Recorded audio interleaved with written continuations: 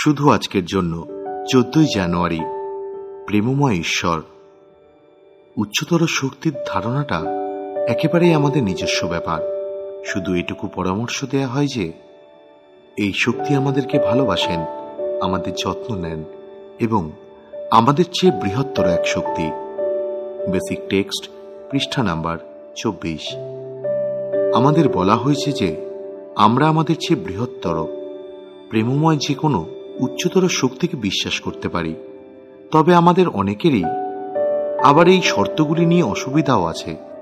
আমরা হয়তো নিজেকে ছাড়া অন্য কোনো শক্তিকে বিশ্বাস করি না, বা মনে করি যে ঈশ্বর মানেই হল নিষ্ঠুর অবুঝ এক সত্তা, যিনি তুচ্ছ কারণেও আমাদের শাস্তি দেন।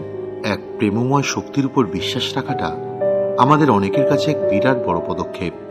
আমাদের নিজেদের ইচ্ছা ও জীবন অন্য কারোর ভরসায় ছেড়ে দেব, যে কিনা আমাদেরকে কষ্টও দিতে পারে। এমন ইচ্ছা আসাটা খুবই কঠিন।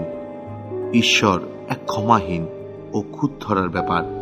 এই বিশ্বাস নিয়ে আমরা যদি এনে প্রোগ্রামে এসে থাকি, তাহলে 3 নম্বর পদক্ষেপটা সফলভাবে পালন করার জন্য আমাদের অবশ্যই এই ধারণা ত্যাগ করতে হবে। রিকভারির যে ভালো অভিজ্ঞতাগুলি পেয়েছি, সেগুলি আমাদেরকে নিজেদের মতো করে এক প্রেমময় ঈশ্বরকে বুঝতে ও বিশ্বাস করতে সাহায্য করে।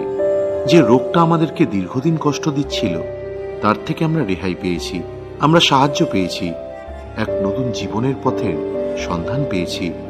আমরা আত্মিক শূন্যতা থেকে পূর্ণতার দিকে এগিয়ে যেতে শুরু করেছি।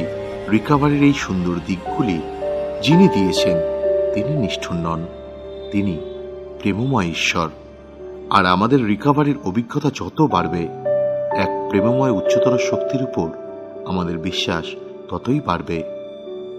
শুধু আজকের জন্য আমি খোলা মন আর হৃদয় দিয়ে এই বিশ্বাস তৈরি করব যে ঈশ্বর আমাকে ভালোবাসেন, এবং আস্থা রাখব যে আমি যা পারি না, উচ্চতর শক্তি তা পারেন।